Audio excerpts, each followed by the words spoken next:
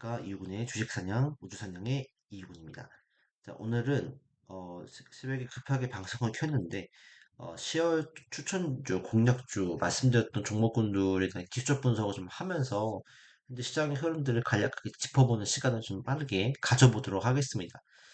일단은 그 시장 자체는 뭐 첫날에 좀 급락이 나오긴 했어요. 근데 아무래도 이제 이스라엘과 이란과의 이 전쟁의 부분들이 이제 확전이 되고 있는 상황이라 이런 부분 때문에 조금 시장이 흔들렸던 부분이 있고, 뭐 밀린다 하더라도 2450포인트에서 2475포인트 요 정도까지에서는 좀 반등이 세게 나올 것 같긴 하거든요. 그러니까 여기서 더 반등을 줄 수도 있는 상황이고, 제가 봤을 때는 이스라엘과 이란과의 관계에서 가장 큰 문제는 이스라엘이 이란의 핵시설을 공격하느냐, 그다음에 이란이 석유시설을 공격하느냐, 이 부분이 가장 큰 타깃이 될 것 같아요. 포인트가 될 것 같아요.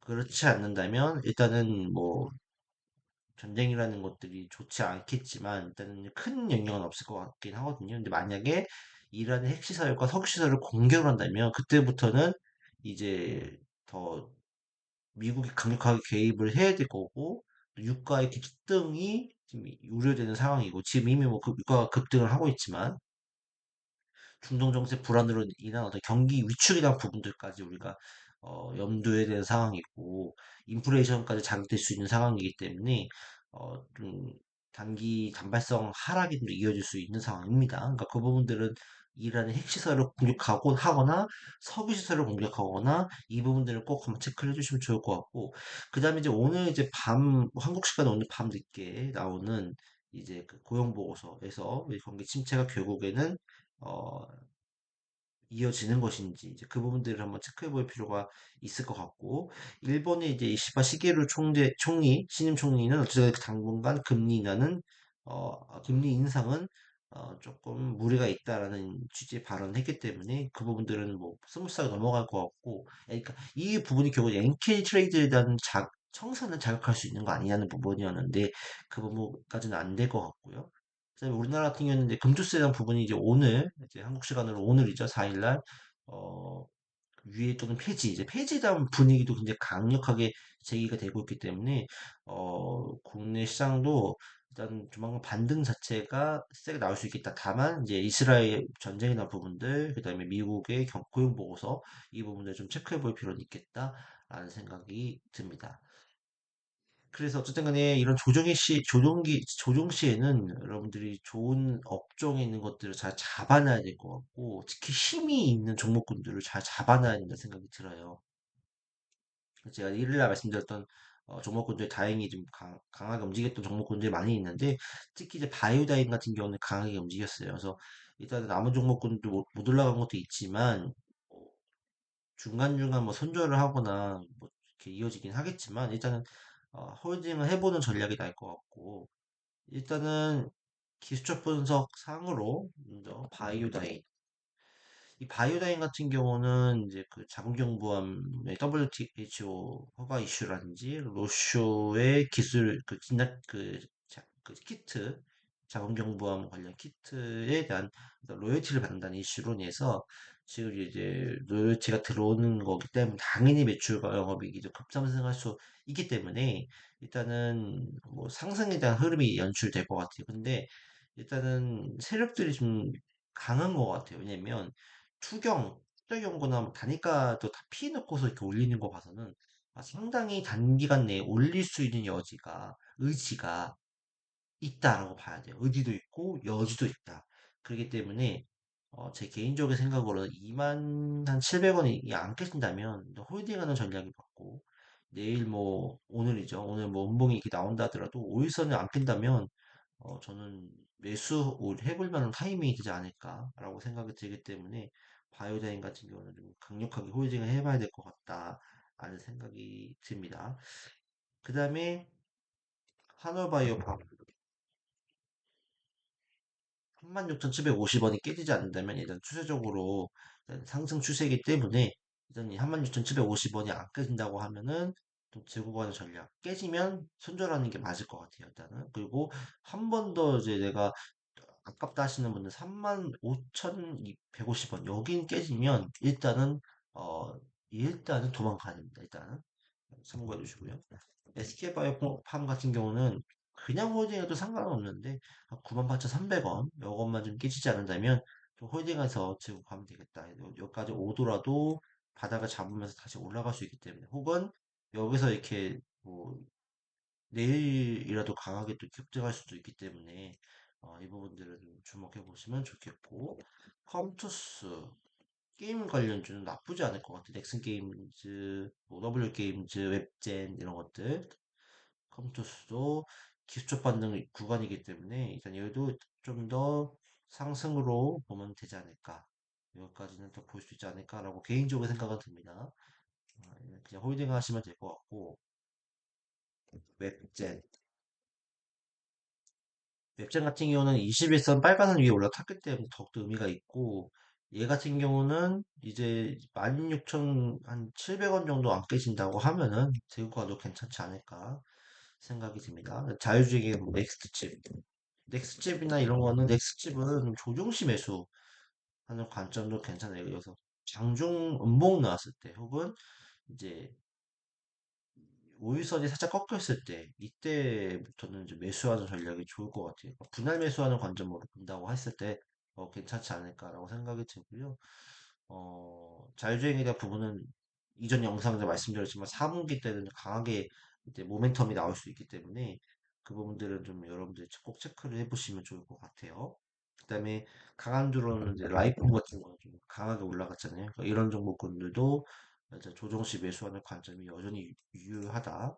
그다음에 피런티어 소개는 안 드렸지만 제가 공격적으로 말씀드리진 않았지만 이런 종목군들도 괜찮고 현대오토웨모도 대장주로서 나쁘지 않은데 이런 종목은 이제 크기 때문에 시가총액사재가 좀 크잖아요. 그러니까 특히나 분할 매수한적 관점을 천천히 이렇게 봐야 된다 말씀을 드리겠습니다.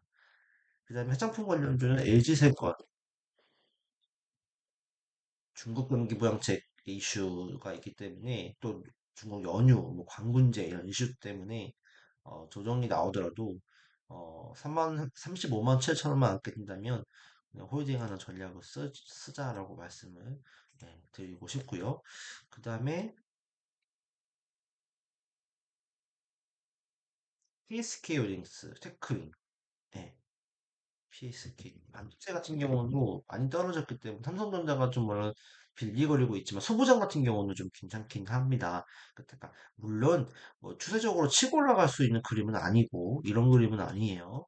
근데 어쨌든 여기서 이제 기초판 나오면서 조정받고 올라가느냐 아니면 올라가다가 꺾이면서 이제 큰 하락으로 갈 것이냐 이 부분이 놓여져 있는 거기 때문에 PSK 홀딩스 같은 경우는 일단 많이 가봐야 5만 5천 원 정도 예, 5만 5천 원 정도 이 부분까지는 한번 트라이 할 수 있을 것 같기 때문에 할 것 같고 3만 6천 원이 깨지면 이제 손절을 해야 되겠죠. 테크윈도 마찬가지 관점이에요. 예, 4만 5천 원까지 볼 수 있을 것 같고 3만 2천 원 정도 깨지지 않는다면 들고 가보자. 그러면 일단 여기서 이렇게 기저 반등 나오다가 조정받고 만약에 추세적으로 올라간다고 하면 여기서 이렇게 올라갈 수 있을 거고 만약에 얘가 이제 버겁다 하면 이제 쌍봉 만들면서 이렇게 밑으로 무너질 수 있는 상황인데 일단은 그래도 여기까지는 트라이 할 거다. 그래도 반등이 나온다고 했을 때 물론 이제 반도체 업황이 더 악화가 되면 더 빠질 수 있긴 하겠지만 일단 이 정도까지 보시면 될 것 같다라는 말씀 드리고요. 그다음에 풍산. 풍산은 조금 추세적으로 살아있기 때문에 뭐 들고 가는 전략이 괜찮고 그다음에 어, 보수적으로 잡으면 5만 7천 원 깨지지 않는다면 홀딩 가는 전략 써보자. 그다음 정고점까지 한번 트라이 해볼 수도 있지 않을까라고 생각이 들거든요. 7만 원 위까지 한번 볼 수도 있겠다라는 생각이 듭니다. 그다음에 남은 종목이 갤럭시아 머니터리 오리온 갤럭시아 모니터리는 이제 그 STO 증권 관련주잖아요. 얘도 좀 빠지긴 했는데 얘 같은 경우에는 7,700원 여기가 깨지게 되면 7,800원이 깨지게 되면 좀 문제가 됩니다. 심각해집니다. 그래서 여기만 안 깨지면 될 것 같긴 하고 작은 종목이기 때문에 변동성이 심하기 때문에 어, 너무 비중이 많이 들어가는 거는 절대로 안 된다라는 말씀. 그다음에 오리온 먹거리 관련주에서 못 올라갔던 종목이잖아요. 어떻게 보면 얘 같은 경우도 일단 10만 원 이상까지는 올라갈 수 있을 것 같아요. 일단 홀딩하는 전략 괜찮다라고 볼 수 있을 것 같고요. 그다음에 한 가지가 남아있던 것 같은데 JAK하고 손익시스템 JAK JAK는 좀 아쉽긴 한데 연봉이 좀 세게 나왔어요. 월선은 살아있기 때문에. 근데 얘 같은 경우는 변수는 뭐냐면 여기서 이렇게 어, 지지가 되어주냐의 문제인 것 같아요. 이렇게 지지가 되어주면 올라갈 수 있을지 아니면은 지지가 된 척하면서 저점을 깨고 무너질지. 그러니까 13,800원 정도 지금 이 현재가에서 보수적으로 아무리 보수적으로 잡아도 13,000 700원이 무너진다고 했을 때, 그러니까 종가상으로 무너진다고 했을 때는 좀 문제가 돼요. 그래서, 어, 13,700원이 깨지지 않는다고 하면은, 일단 홀딩은 또 괜찮다. 라고 생각이 들고, 일단 얘 같은 경우도 철저하게 분할 매수하는 관점으로 봐야 될 것 같아요. 일단은, 그러니까, 분명히 크게 올라갈 수는 있을 것 같긴 한데, 일단은 뭐, 제가 올리는 건 있으니까요. 그리고 앞에서 봤을 때 양봉이 세 개가 나왔잖아요. 그러니까 이 자리, 이 빨간색 요거 자리가 깨지게 되면은 세력들이 올리지 못하겠다는 뜻이 될 수 있어요. 왜냐면 여기서부터 계속 들어왔잖아요. 거래량이 들어오고 그다음에 들어오고. 근데 여기를 깼다. 그러면은 어 어떻게 보면 밑에서 그냥 정리를 했다. 세력들이 어떻게 보면 밑에서 물량 정리를 했다고 보시기 때문에 그렇게 되면은 크게 하락할 수도 있어요. 여기서 추가 하락이 나올 수도 있습니다. 그래서 일단은 13,700원이 깨지는지 한번 체크해보고 여기서 강하게 하단의 매수가 있는지 체크해봐야 된다는 말씀을 드리고 그 다음에 선익 시스템 VIAR 이것도 마찬가지죠. 45,000원이 안 깨진다면 분할 매수 관점으로 보고 이제 급등 나오면 이 조금 이익 실현하고 그 다음에 이제 추가 상승을 나오는지 체크하면서 이제 비중을 뭐 더 담을지 말지 결정하면 될 것 같습니다. 그래서 일단 제가 손절가 손절가랑 나름대로 목표가를 말씀을 드렸는데 일단은 뭐 제가 신은 아니기 때문에 틀릴 수도 있기 때문에 너무 제 말을 뭐 신빙하지는 마시기 바라겠고 다만 어쨌든 간에 조금 10월달에 움직일 수 있는 종목군들을 말씀을 드린 거니까 한번 참고를 해주시고 월 중에 그 추가적으로 또 좋은 종목군들이 있으면 추가적으로 제가 업데이트해서 또 말씀을 드리도록 하겠습니다. 고생 많으셨습니다. 감사합니다.